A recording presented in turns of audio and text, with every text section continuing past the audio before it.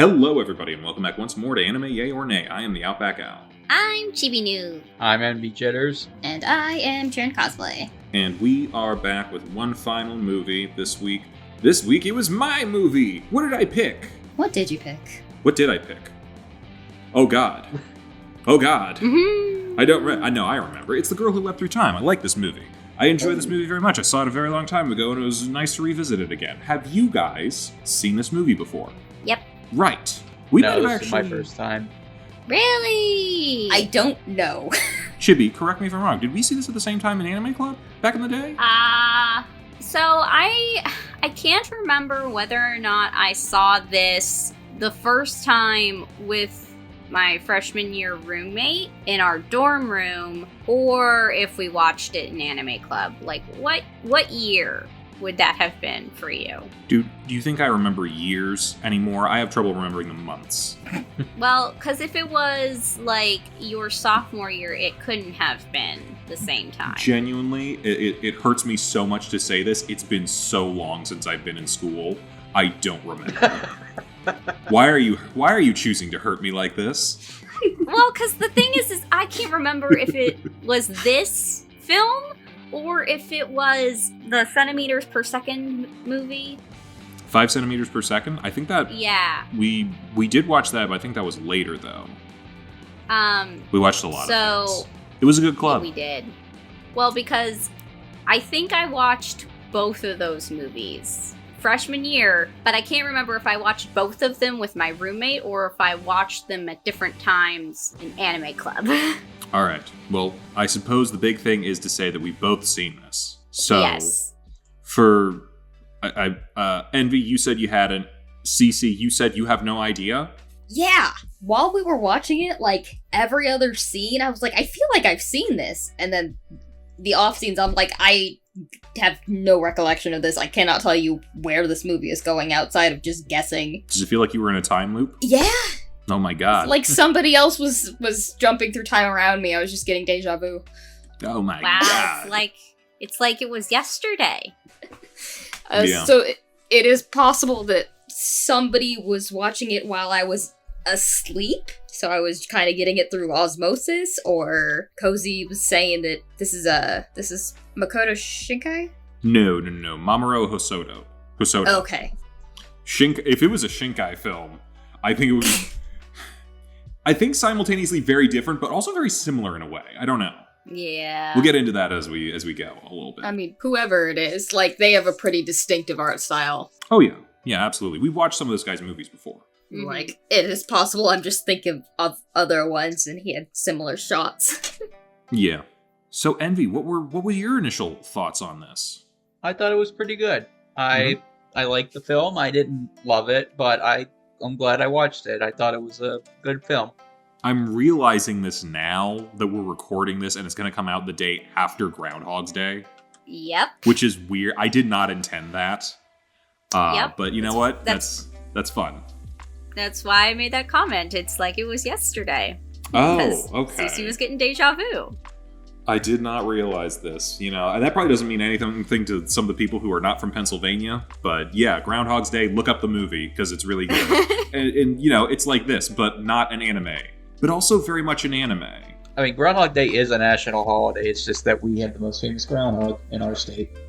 I get that it's a national holiday, but there's a lot of other national holidays no one gives a fuck about. Yeah, I think other states also have something similar, but with, like, a different animal. Groundhog is just the one that I think got put in more into, like, the zeitgeisty, like, pop culture sort of thing with the movie. Yeah, thank you, Bill Murray and Harold Ramis. Yeah. So.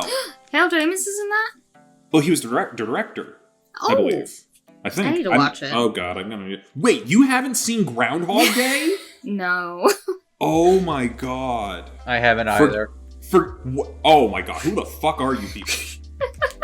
Forget this movie. You remember that you hang out with us and we're a bunch of plebs when it comes to films, okay? Yeah, but I feel like you should have seen Groundhog Day. And if we grew up in a household where we don't watch a lot of movies, then what would you say? All right, we need to get off of this because last week I went on like a 40-minute thing about 1941. I'm gonna go on like a 3-hour thing about the movie Groundhog Day, which is longer than the actual movie.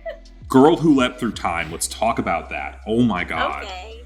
Oh, I need to hang out with other people. So, The Girl Who Leapt Through Time, Wow. very much like the title would suggest, is about a girl who is leaping through time after she gains time travel abilities by falling on her ass at school, as you do. Yep. You know, I will say that, you know, I thought the title of the movie was kind of like a metaphor, but no, that's literally how she goes through time, by leaping off shit, putting herself into danger. Yeah. Honestly, I feel that. And another thing, I really feel a lot of this movie. To be fair, I have never been a teenage Japanese girl in high school, and yet I feel so many of the emotions that are going on in this movie for some reason. I feel like this is a very relatable movie, but that might just be me. We'll get to that, but yeah, this is, weirdly enough, for a science fiction film, it's kind of more of a slice of life piece about quite frankly, she's a bit of a dumbass who gets time travel powers, and, you know, how does she use them? I want to eat this pudding that my sister ate yesterday because it was mine. Or, you know, your basic stuff like getting an A on a test, or doing this or doing that, catching the baseball that you missed, things like that. Basically just improve your life overall, make yourself feel good about yourself. And then, you know, we find out about the consequences of some of these time travel elements. The butterfly effect, domino effect, whatever metaphor you want to call it, where by changing what happened to her, she's also changing what happens to other people, and thus ripples outward to cause some really unfortunate stuff to happen to people. But Yeah. I don't know. Honestly, in a weird way, it's a little bit like Steins Gate. Like, the more loops you do, the more times you go back and change more things, the more different things become. And at a certain point, you're like, I don't like this different. We need to go back to the way it was before. That way, people are alive. So, Yes. yeah. You call this science fiction. I watched this and I was just like, oh, this is just like a little bit of, you know, magical realism, but it, like, the element is time travel. But I guess that's just because it's like Japanese piece of media, and I guess magical realism is a thing that I see in a lot of their types of media, so I'm just like, oh, this is normal. Oh, just wait. I suppose so. I know. I mean, I'd put science fiction essentially because, like, it at the very least, it doesn't feel magical in nature. It feels very much like this is a technology that was yada yada yada. And I love if we want to talk about like art style and some of the things, you have to have Mamoru Hosoda's large white space with a few ticking clock things for his like otherworldly space kind of thing that we've seen before in like Summer Wars and in the second Digimon portion in the movie. Okay, fair. I guess for me, I sort of lumped it in with speculative fiction. Oh, I getcha. Which I guess sci-fi kind of also goes into that realm as well. So yeah. I mean, like, primarily, this doesn't really revolve around like what is the time travel and how does it work and all that sort of stuff. It is very much like, you know, this girl's experience, and honestly, something I think that everyone can relate to, especially as a teenager, wanting to just redo moments over again because you fucked up the first time. Oh yeah. Like, you embarrass yourself, or like basically like you failed a test or other things, or you're just like, someone did the thing before I did, I need to go back and do it, or someone confessed to my crush, I need to fix that. No. Yeah, I at the top of this said that she was a dumbass with time travel powers. I cannot say that I would be any different. I mean, to this day, I still think about, hey, remember that one time in middle school where you just were a total doofus? Wouldn't you like to redo that again? Yeah, like, it means nothing now, and yet it's still in my head. Mm-hmm. Trust me. I feel that. I feel that in many, many ways. I just want to say to anyone in the audience, because I have a feeling a lot of our audience also feels that way, you are the only one who remembers. Doesn't mean you're going to forget, but you're the only one who remembers. Yes. Everyone has moved on and probably doesn't really remember that much about you other than like, oh yeah, this person was in my class. They'll be like, hi, how are you? And then you'll open your mouth and then they'll be like, oh yeah. Oh, this moron. Or is that just me? Has anyone else said that to your face? Just me? Great. But yeah, so time travel and redoing a lot of things. The movie overall, And I think, like, you can kind of make this argument about, like, a lot of this guy's work. I think I would describe a lot of his work as deceptively simple.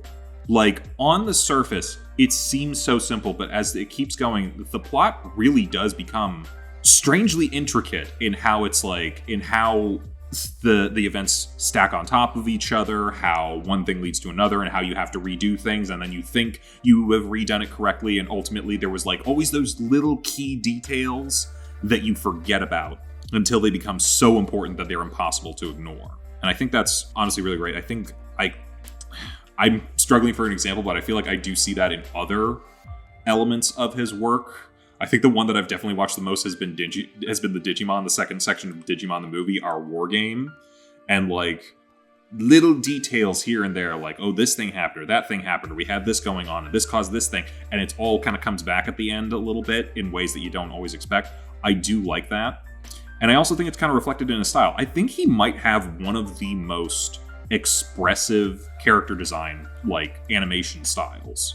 But it's also, like, it looks so simple, but I think it's very intricate and complicated to make it look like it's simple. Because I don't feel like you could get these, like, really big emotions from these characters, and honestly, realistic emotions, more than anything else, from these characters without a whole lot of detail. And yet, I also feel like there's constantly negative space and stuff in his work that makes it look very clean and simple. Is anyone else, like, feeling that with me, or am I just going off into crazy town right now? I mean, you're the film major background, so I think you got a lot of more insight knowledge into this type of stuff than I do. Okay, but are you feeling any of what I'm saying? Does it make sense? Could you repeat what you said? No, I could not. Sorry, I completely, like, dissociated for, like, a minute. Oh, dear God. Was it that bad? No, I mean, I do get what you're saying, though, a little bit. Like, he does have a unique style to his film, like how he likes to compose shots and stuff like that. Mhm. But, I mean, I've seen that in other filmmakers, too. But, yeah, if it works for you, then I think, yeah, I can get what you're saying. Well, but I mean, like, at least with, like, the art style in that. Oh, yeah. I look at a lot of the characters, and I'm like, it's not very heavy on a lot of line work. There's a lot of, like, there's a lot of white in a lot of his films. And that's what I kind of mean by, like, negative space. There's, like, nothing. I mean, besides the Digimon movie, the only other film of his I've seen is Summer Wars, and the whole cyber world in that film was, white for the most part, other than when the internet attacked, so... Yeah, I feel like we watched some of those other things. Nope. Hang on. Nope, we never watched any other movies. Digimon. I said besides Digimon. Have you not seen Wolf Children or The Boy and the Beast? I know we didn't do it for the podcast. I've never seen those personally. Oh, no, I've okay. never seen any. Yeah. All right. I've been meaning to, but... They're good. I like those. I still think Summer Wars is probably my favorite of his stuff, but yeah. Is Wolf Children what the turnaround thing comes from? Because that's all I think about. Yeah. You would. So. It's funny. Yeah. I do agree with what you're saying. I never, like, looked that deep into it. I mainly just sat there thinking, like, wow, they have no noses and huge mouths, but they are very expressive, and I don't know if you could get that without having proportions like that. Yeah. And especially if you look at, like, backgrounds and stuff, it's a very, like, realistic looking art style for the most part. Up until people get very emotional, and then it's like, ooh, big emotions and all that sort of stuff. And yet it still feels so real. Yeah. The one thing I will say is I kept laughing every time she was running. I was like, her knees are 2/3 of the way down her legs. They have no shins. Okay, well, I will throw out there that he did at one point work on One Piece, so maybe that has something to do with it. Wow. Yeah, I looked up his filmography. He made one of the One Piece movies, so... They got all noodly arms in there, right? Maybe all the leaping that she did just ruined her shins. She has no shins left. Every time she hits the ground, she just loses like a centimeter of shin. Okay, you laugh, but that's why gymnasts are so short. They've stunted their growth. It's the opposite of those leg lengthening surgeries. Yeah. So I gotta ask, what was like the highlights for you guys, or what was like something that really stood out for you? Probably the sequence in the middle where she goes back in time and pretty much, does what any teenager would do, like you said, to do the menial stuff, like get the pudding or get the good test, and then, or the one sequence where she's trying to, prevent the guy from confessing to her. She's like, no, I don't want this. Redo. Yeah, I'm sure there's an actual name for that trope, but I think for now I'm just gonna call it the self-indulgence montage. Every good time loop or time travel thing has that. And when I show you Groundhog Day, you're gonna love it. I'm sorry, I don't mean to keep going back to Groundhog Day, but like it's insane to me that you haven't seen this classic movie. I mean, especially I know the since trope. half the Ghostbusters are involved. What am I doing? Yeah, right? Like, what the hell? I'm really trying to think of like a highlight for myself, actually, because like on the one hand, I do love this movie. At the same time, no specific instances really stick out to me, and I think that's kind of an element I feel like a lot of his movies, where it's like I'm enjoying myself the whole time throughout these. Like, I don't think I ever hit like, and I don't want to like start comparing to other filmmakers in that, but like, I think there's like plenty of times in like some other filmmakers like Satoshi Kon or Makoto Shinkai or some other people that we've like kind of covered more extensively on this podcast, where it's like, oh, you can think of like these really big moments that really hit you. And I don't think this guy has always had that many of those, but I think throughout it's always this very just solid feeling of like, I'm just enjoying myself watching this. I mean, I guess if you want to call the big moment of the film is probably towards the climax where Makoto tries to, she realizes she has one loop left, and she does go back to try to convince him to, save him or whatever. And I guess that's supposed to be the big climactic moment. I'll be honest, I liked Makoto and Chiaki as characters. I liked them fine, but the biggest reason why I didn't love this movie was that I didn't really buy their romance at the end of the film that much. Like, at least in comparison to the rest of the story, to me, it felt like it wasn't explored enough. Maybe.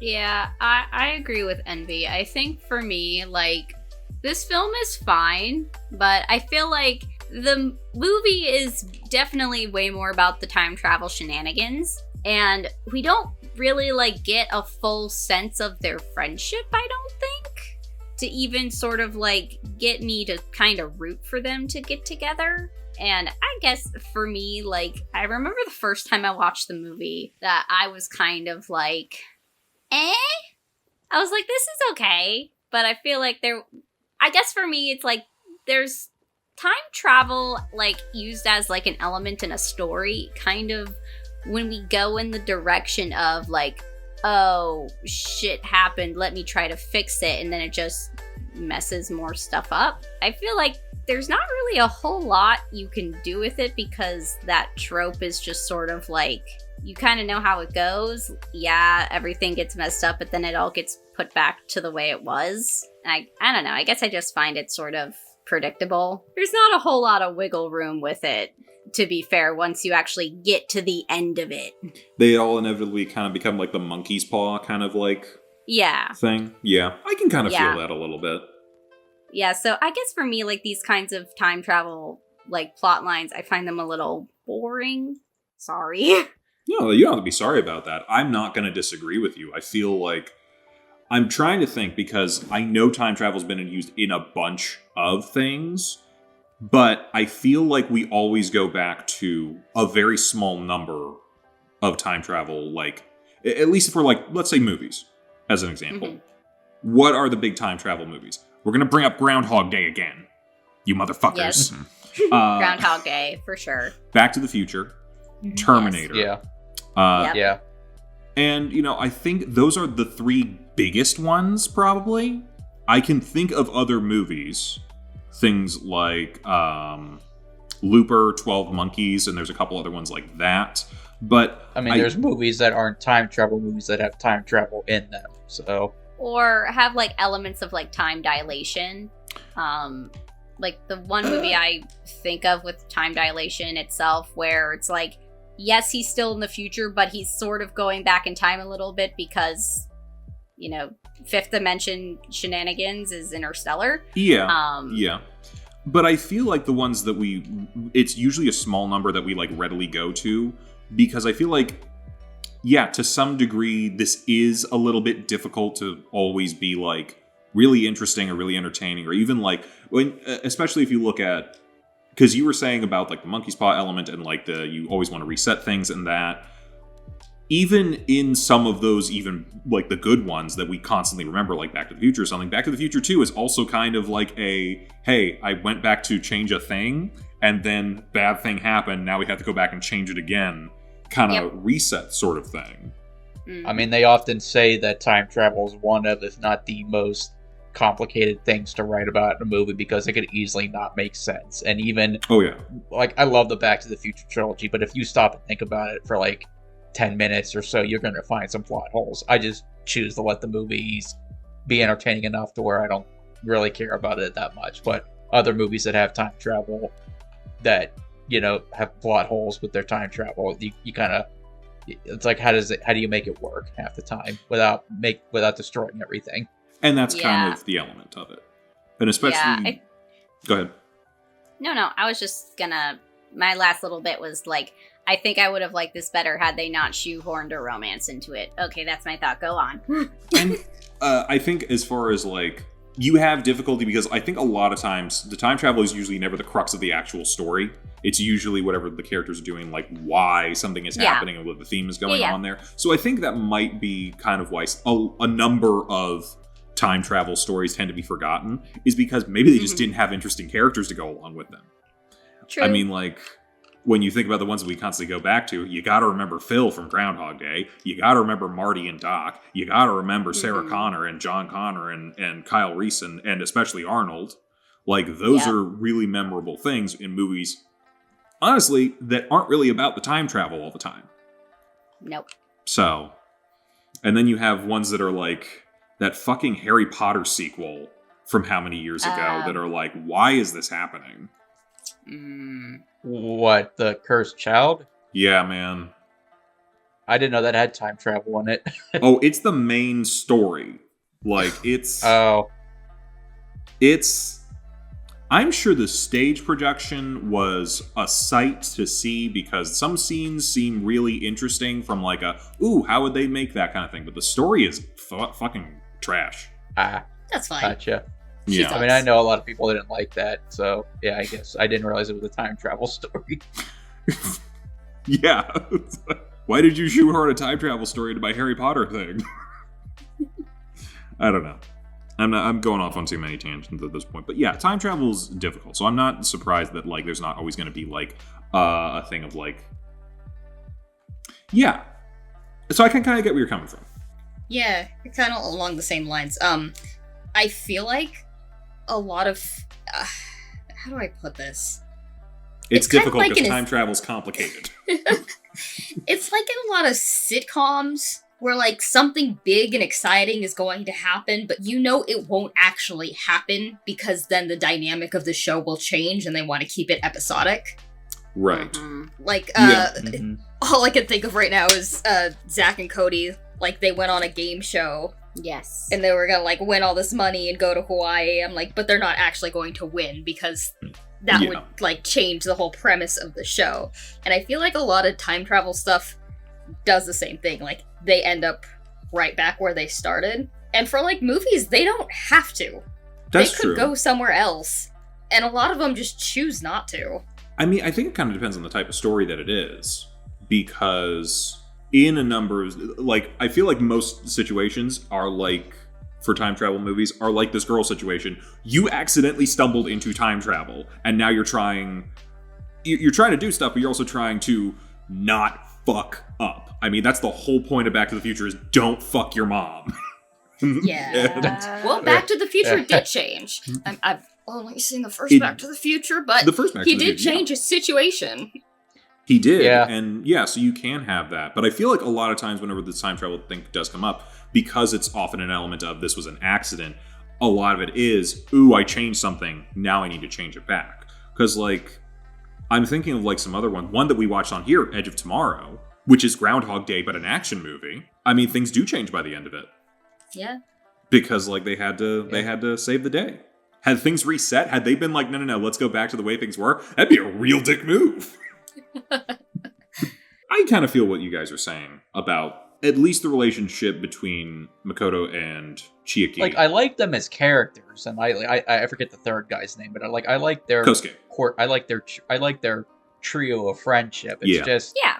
I feel like for me, I understand from the beginning that she's a tsundere and that she doesn't want to admit she has feelings for him and stuff like that. But like, I feel like, okay, they admit that he admits that he likes her, but then is willing to go off, and then at the end of the film he goes off anyway, and it feels like he doesn't really care. Like I feel like, or maybe she didn't react and how I thought she was going to react at the end of the movie when she leaves. But yet again, I know she's a teenager. She's like 15 or 16, so I know they don't know what they're thinking at that age. So I don't know. Maybe it's just not what I expected from the ending of the film. I think on that level, like, I agree. Feels like it comes out of nowhere. If I'm remembering high school, which, let's be real, I'm probably not going to remember it very well. I feel like a lot of relationships look like they came out of nowhere. So it's... I don't know.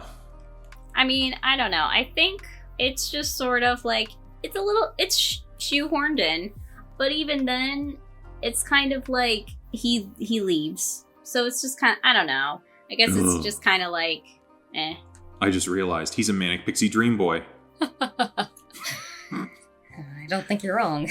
He fits the trope. Comes into your life at a very short period of time. He's like, not necessarily eccentric, but he's like very outspoken and everything. He changes your life, and then like can introduce you to some magical element, says that he's in love with you, and then immediately disappears. I think it's more, I think he's resigned to the fact that, like, her feelings at this moment in time are not what his are. So I think he's kind of like putting himself away from that. Maybe. Yeah. I don't know. Because I don't know. I feel like sometimes when it's like you have feelings for someone, but you're also like not necessarily supposed to be there, and you're not really from the same time, and it's just kind of like, you were gonna leave eventually. What is the point? I can see that. Yeah. Yeah. Like, I wish it had been more about, like, her wanting them to stay friends. Like, I don't want you to leave because the three of us hang out together. But that aside, when she was like, I'll see you in the future.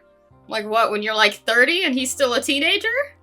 Well, I was wondering, because they don't say when he's from, but he's also like saying like, I come from a future, I've never seen this many people before. Okay, maybe he's from a smaller rural place or something like that, or like, no, I've never seen an open sky before. I'm like, he's talking about this was just. I'm like, I think he comes from a post-apocalyptic future.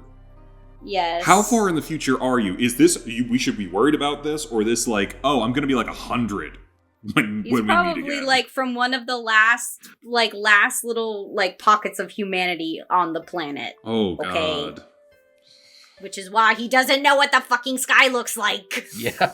I mean, their time travel devices literally fit in the palm of your hand. It's not like you need a big giant ass machine like in Steins Gate. So yeah, maybe it's like time travel got so popular that everyone could afford it, and then when everyone affords it, everything goes to shit.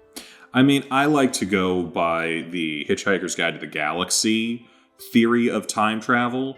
If you're traveling through time, don't worry about changing anything, because all the big changes have already been done.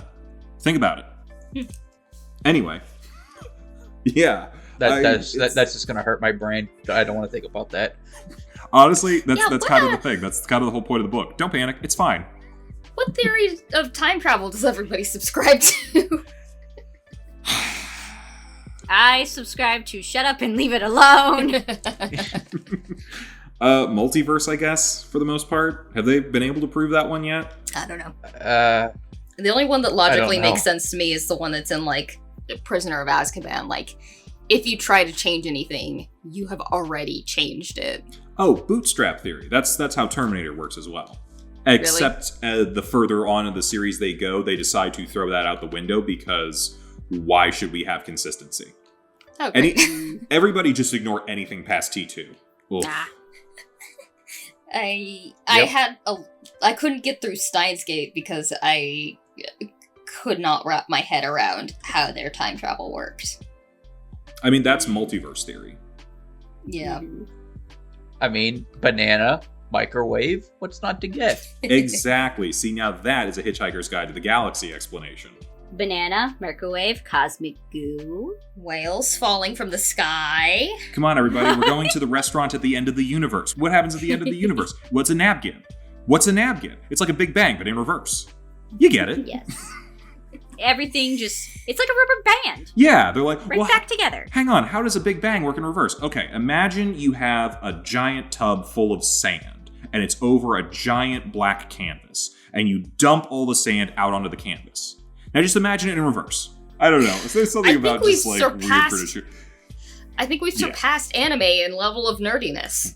Yeah. Good job. I mean, I don't know. I've read like, oh gosh, So Long and Thanks for All the Fish. I've read up to that point. I haven't read the 5th one yet. So I'm getting some of the references, but I've only read the first 2. I really need to get back into reading some of these things. I think I've read all 5 twice through, and I remember very few things about it. I mean, I'm gonna be really honest. It is a very confusing book. I felt it was really straightforward. I mean, once you get past all the Britishisms, sure. I love the Britishisms. We gotta play more Thank Goodness You're Here. I agree, but this is Patreon content. Yeah, Yes. This whole thing's gonna be Patreon content. Or is it? I'm gonna go back in time to get us back on track. That's just called editing. That is editing. There you go. You get it. Cece gets it. Wow. All right. I guess to bring it back a little bit, although I kind of agree, yeah, the relationship element is a little bit out of nowhere. I do love the portrayal of their friendship overall as a group. Yes. Even from the very beginning of that movie. As soon as there's like the scene where they're like, all right, we're going to play baseball. You're going to throw me the ball? He's like holding a bat, and his friend just like pelts him in the back with a basketball. I'm like, I know exactly what this friendship is. I've had this friendship. I love it. Yeah, same. And it like, I do love it. I do like, I think that's an element of this guy's movies that I really like, because I feel like all the relationships do feel really real. Like, thinking about this, or like the different dynamics and stuff that were in Summer Wars, or Wolf Children, or even Boy and the Beast. Even the fantastical kind of elements in these, it still boils down to like, no, you've seen these relationships. You've seen these dynamics before, and they are very real, and you're going to connect with them. And I do. And I love that. And I think that's why I love a movie that I can like immediately just connect with so well. So apparently this is also based on a book. Did anyone know that? Yes. Yes, Kozi was telling me about this. Real, yeah. Apparently the anti-witch, which I don't know why they call her that. I'm thinking there's a pun in there somewhere that I'm missing. Apparently she's the protagonist of the original novel. And that's how she knows about the time loop element stuff. Anti-witch because of the time loopy stuff. That's it? They just call her a witch because she said some crazy stuff? You know what? Never mind. That actually makes total sense. Burn her at the stake! Yes. I don't know if that's for real, but I would say probably. I'm kind of really curious about this book now. I want to know, like, how the aunt found the time travel stuff and what her relationship was like. Because it sounds like she also met a boy from the future. Hang on, let me see if it's available to be bought somewhere. This family's just into boys from the future. They got a type. Oh my god, what if Yeah. it's the same guy? Oh my Okay, God, I will say this, no. at least, because here's the thing. This is a loose sequel, so there is it's not like official, I guess. But yeah. at the very least, because we kind of saw a little cutaway picture of the aunt when she was in school with like a guy that probably was the guy. Doesn't look like him. Unless he dyed his hair and changed like a couple things about himself. I don't think it was him. So that if he That ran would- into the aunt, she wouldn't be like, Oh. "Ew." Oh It's a god. conspiracy. What if from a different perspective, this is a horror movie about this time traveling guy who just keeps seducing every woman in the family? Oh god. I've read that book. Oh, gross. Oh my god, you know what that is? That is without the time travel? It's a drug. Kozi's in chat. She says, time travel is a drug in the book, and it smells like lavender, which is why she keeps it next to the photo. Oh, that's a nice little detail. Huh. Have you seen that loose sequel movie of The Graduate? Oh, yeah, where it's like, I'm the kid whose parents were based on the Graduate was based on? Yeah, it was based on my mom and grandma. And then he ends up seducing her too, so it's like 3 generations of women that this guy has slept with. I'm sorry, her dad does? What the fuck? What? Or did she get with somebody else? No, the Dustin Hoffman guy. Okay, I was told about this. I didn't actually, like, see it. Like, is he not her dad? No, he's not her dad. Oh, okay. All right, yeah. This is a horror movie on some level. So I found where you can actually buy the book, because I can't find it anywhere that you can find it other ways, but it's about $12. What's it called? The Girl Who Leapt Through Time. Yeah. It's a book, an anime, and a movie. This is a movie too, but like when people say movie, they want live action stuff now, which is at least what Disney seems to think. But they have made a live action adaptation as well. They have. Maybe we'll watch that at some point. I don't know. Did you guys watch sub or dub? I watched the dub. Dub. Everyone watched dub again? Insane. Yes. I feel like we usually have a split here going. I also watched dub. I really liked it.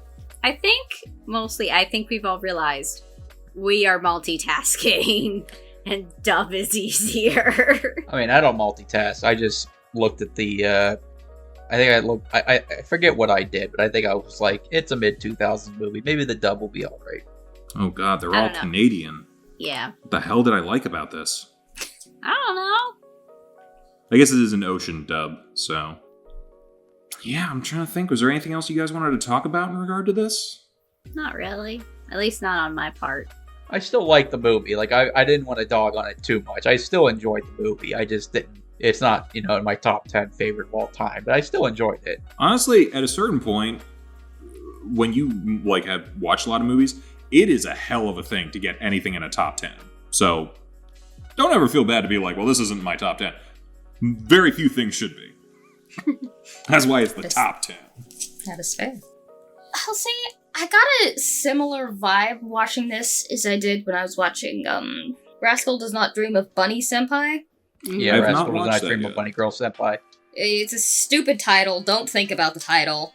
I've heard that. Yeah, the title is so misleading. They should have called it Adolescent Syndrome. But that show is basically about like how it sucks to be a teenager, dealing with all these issues, and then you throw like a supernatural element on top of that, and just life is so shitty.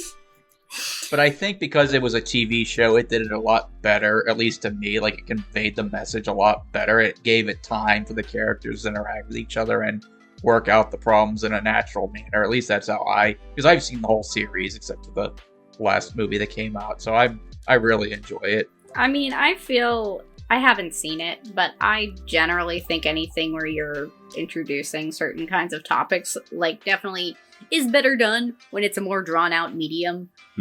So TV shows are normally better for that sort of thing. Yeah. It's fair. I feel like we've said that a couple times. I think we said the Bayonetta movie could have been a show. Yes. On the other hand, the show, like, it was every episode or two focused on a different character. Okay. Meanwhile, the movie was just Makoto, so we did spend longer with her. What if we had an entire movie, this again, but from someone else's perspective? I would Make it watch into that. a series. That could be interesting. I'm interested to see the one with Chaki's perspective, because we might actually get to find out where he's from and all this sort of things going on there. But the really interesting one is going to be Kyosuke, because he's got no fucking clue. Yeah. Oh, no, His wait. friends just start Wait, acting weird all Hold of a sudden. on. I have seen that one. It's called Endless 8 from Haruhi Suzumiya. I was just gonna say, I'm like, what are you talking about? Yeah. They've already done this. Yeah. Or the one shy girl that had the crush on the one guy. Just like one day she's trying to build up confidence. The next moment, this crazy girl is doing crazy shit. Yeah, we only see the final loop. Or the freaking guys at the beginning of the movie that are twirling the one guy around and just fucking yeet him into Makoto. It's like, okay, it's like I was a careless teenager at one point, but I don't know if I would have done something like that. Just freaking yeet someone across a school courtyard. I feel like it's been said before, but I'm going to reiterate it. When people say stuff like boys will be boys, a lot of times it's used as an excuse for bad things. What they did, that is boys will be boys. Boys will be stupid and get themselves hurt, and it's hilarious. Boys will do jackass-style stunts. That's what we should mean when we say boys will be boys. Boys will defy death for lulz.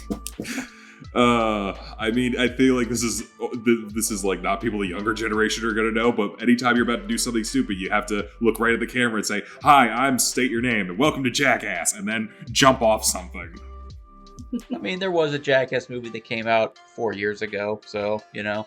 That's true, they're still making stuff, but like... Does that need to be on the list? I haven't seen anything Jackass. You gotta be in the right state of mind. You gotta know what you're getting into with those movies, because... If I'm being honest, if you need a taste of it, just look up some YouTube clips here and there. There is gonna be some really gross stuff that you're gonna have a problem with, though. Figures. Yeah. So... But, they have some good stuff. They have some funny ones. Outside of that, we might as well wrap this up. I'm a yay here. I think, for nothing else, I love this guy's movies purely for the vibes that they have. And I love the vibe here. And characters, they're fun. I want to hang out with them. And, yeah. I had a good time watching this. This was a fun revisit for me. I thought this was fine. Again, I have seen this before, so there weren't too many surprises. And, like, revisiting this definitely, like, showed me a lot of the reasons why, like, for this particular movie, like, the time travel stuff is, like, kinda is fun for, like, the shenaniganery, but in other places it's just kind of, like, some stuff I think is, not necessary for the plot, so, yeah. Shenaniganery. Don't laugh at my vocabulary. Next person who says shenanigans is getting pistol whipped.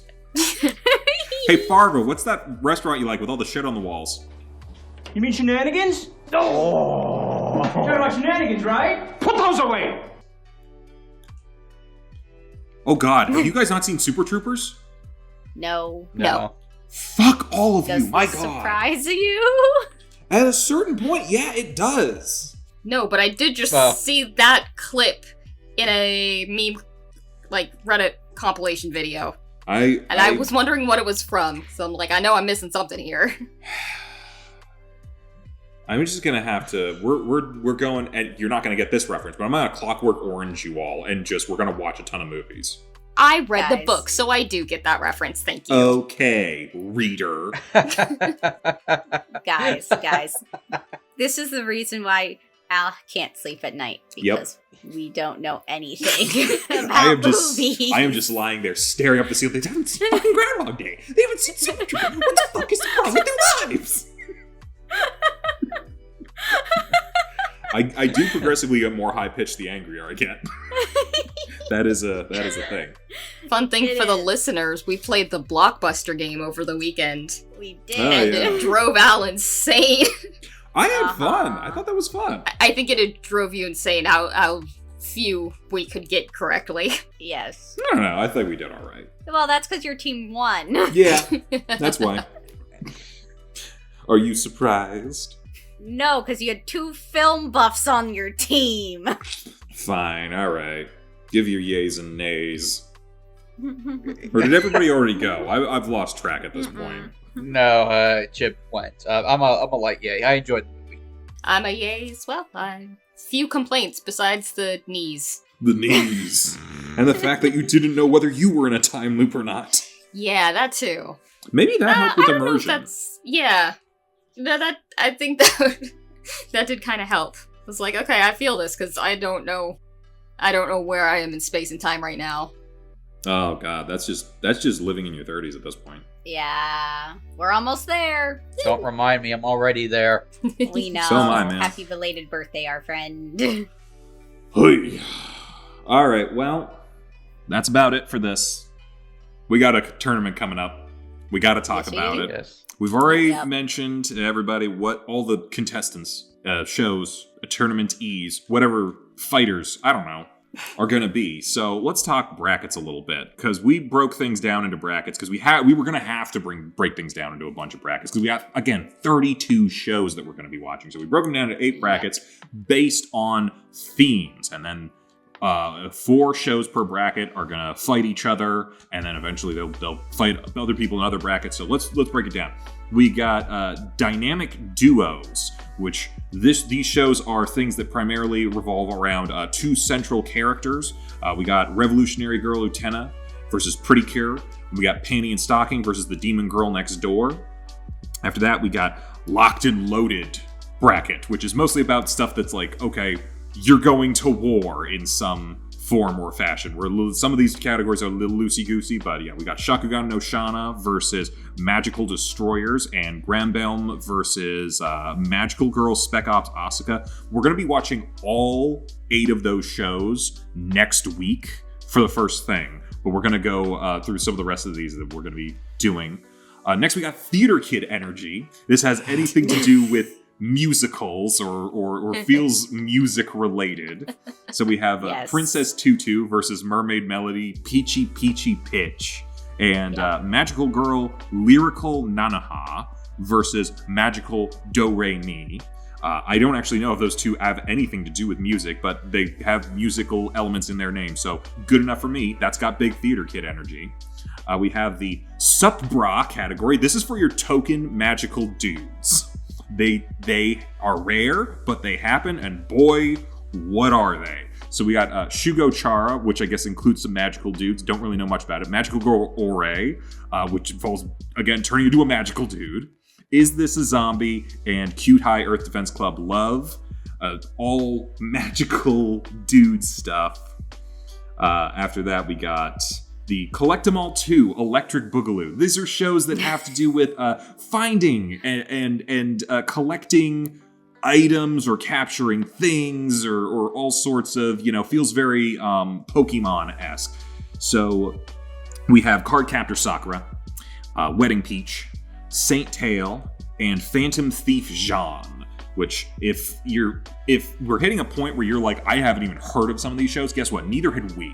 All right, but we needed to fill the shit out. Some of these things are old, okay? Oh yeah, wait till you see. We got a really old one later on. All right, next category we got. I just can't wait to be queen. This involves some kind of royal family, or someone's got to like fight to become like the next queen of yada yada something or other. We have Sugar Rune. We have Pretty Sammy. It's called Magical Girl Pretty Sammy, but it's also called like Magical Project S. It's got like 6 different names. I don't know what the fuck it is. It's a Tenchi Muyo. Okay, here's if you don't know what Tenchi Muyo is, it's an old harem show that had like 3 different series set in different places. It was very bizarre. This is a Magical Girl spin-off show, very much in the vein of Fate Kiliad Linear Prism, which was not part of this because it didn't meet the episode count thing that we needed. We also have Pre-Tier and Magical Princess Miki Momo. I think Miki Momo might be the oldest thing on here. It's from like 1984 or something. Whoa. It's ancient. Yeah, it's one of the older shows on this list. It definitely might be one of the first Magical Girl shows. So you know what? We got variety. Girls. We got so much variety here. Moving on down, we got Papa Xanax bracket. This is all about the depressing shows. This is the one with emotional damage. All right, we got Puella Madoka Magica. She was going to be in there. Magical Girl Sight, Yuki Yuna is a Hero, and Magical Girl Raising Project. The depressing ones. So we'll pop a Xanax and try to get through it. And finally, we got the basically Power Rangers. So these are ones with like large color-coded teams of individuals who are saving the day. You got to have Sailor Moon. We got Eternal Alice, Magic Knight Ray Earth, and Tokyo Mew Mew. So those are all the brackets. Those are essentially what all the matchups are going to be for the next 4 weeks of this tournament. Again, we are doing 8 shows a week. It is going to be a lot. We are hoping that you're going to enjoy it, and if not, oh well, we're doing this for nothing. So. Well, you should probably also explain, too, that we're only doing one episode during the first round. Yeah. And I'm probably going to re-explain this next week whenever we start the actual tournament. So this first round is sudden death, single elimination. You got one episode to impress us. We're not even doing categories. It's like first impression. Did you like this show? Did you not like this show? And if we don't like what you, did you you're like? out. And what was your highlights? What do you think it failed on? Was it just trash? Yeah. Just you gotta do it quick and dirty and get through it. We'll be cutting those 32 down to 16 in that fashion, and then the weeks afterwards, when we have our Sweet 16, we will then give them 2 episodes to impress us. And then afterwards, as we break it down further and further, it's going to go back to the kind of the normal tournament style. 1 show versus 1 other show, 3 episodes apiece, winner take all as we go. And we should eventually end with 1 winner in the finals as we watch their 12th or 13th episode or so to see who comes out on top. Is it fair? I have no idea. Is it going to be a shit show? Very much so, probably. But you know what? If nothing else, I'm hoping it's going to be entertaining, and I hope you guys want to watch it because I'm interested to see what's going to happen. We did not do a March Madness bracket, but if any of you want to, I'm going to put a social post or something out probably the same day as this video. Give us your thoughts on what your March Madness picks are going to be, and yeah. Actually, you know what? Thinking about what we're doing a tournament of magical girls. We should call it March Sadness and just have it be that. Anywho, any final thoughts about that or anything? Is anyone else excited for this, or are you dreading it? Little both. I mean, I'm excited. I mean, there's some magical girl shows that I haven't seen that I'm interested in, then there's some that I'm kind of dreading. I think I've heard of 4 of these shows in total. You're welcome. This is gonna be so much. It's gonna be a lot, and I remember when we were going through, me and Offer Justice were going through and helping you go through the names for all of these. How long were we on the horn for? A couple hours? At least an hour and a half, I think. Just we were going back and forth. I'm trying to think of some of the other categories we had. I know there's a number of these with religious elements. I think at one point we had a category called Catholic Guilt or something like that. We were just what's the stupidest names we could give some of these? And I think we landed on some winners. So yeah. Anyway, let us know in the comments and let us know who you rooting for. Who you think's gonna take it? Get your March Madness brackets going, or your March Sadness brackets going. I don't know. I'm done. I've exhausted myself for this week, and now I have to prepare myself for the week that we're doing all this shit. So, all right. With that, we'll see you guys later. Bye. Bye. Hey, thanks for watching, and if you haven't already, be sure to subscribe and ring the bell icon for notifications. If you enjoy this video, give us a like, and if you haven't already, check out some of our previous episodes, our daily gaming videos, or our parody series, Madoka Magically Abridged. See you next time!